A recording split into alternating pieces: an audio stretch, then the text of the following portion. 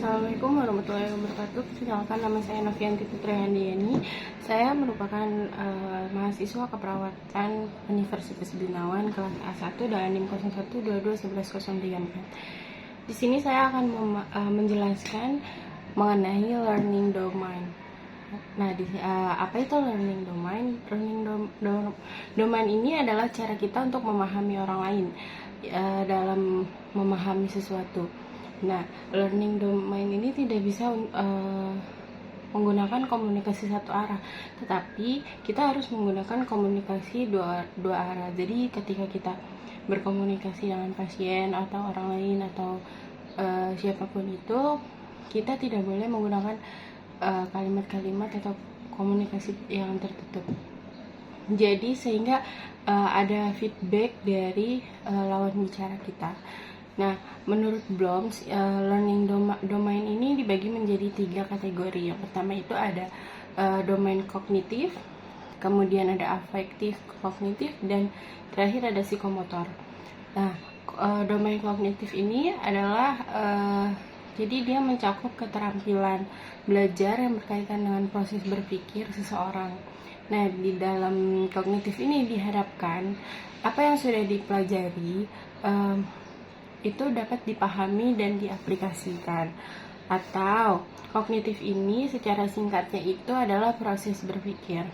Nah, kemudian yang kedua itu ada affective domain. Affective domain ini bagaimana cara kita melihat orang lain bereaksi emosionalnya.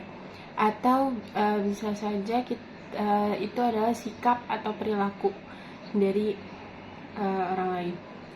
Kemudian yang ketiga ada psikomotor.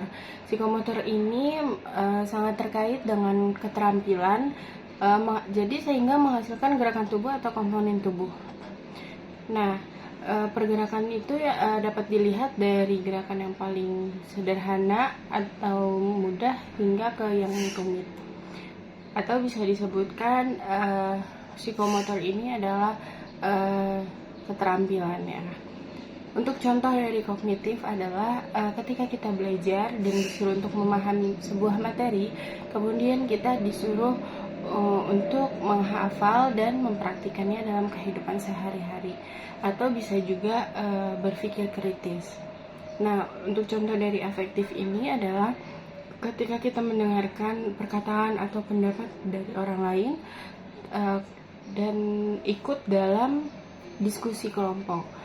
Nah, untuk yang psikomotor ini karena keterampilan gerakan tubuh, jadi contohnya ini ketika kita sedang melakukan penyuluhan atau presentasi. Nah, kita akan membuat gerakan kita yang akan diikuti oleh audiens. Jadi ini kayak menirukan gerakan orang lain, kemudian membuat gerakan-gerakan baru. Mungkin segitu saja yang bisa saya sampaikan tentang learning domain ini. Kurang lebihnya mohon maaf, jika ada yang kurang jelas mohon dimaafkan. Wassalamualaikum warahmatullahi wabarakatuh.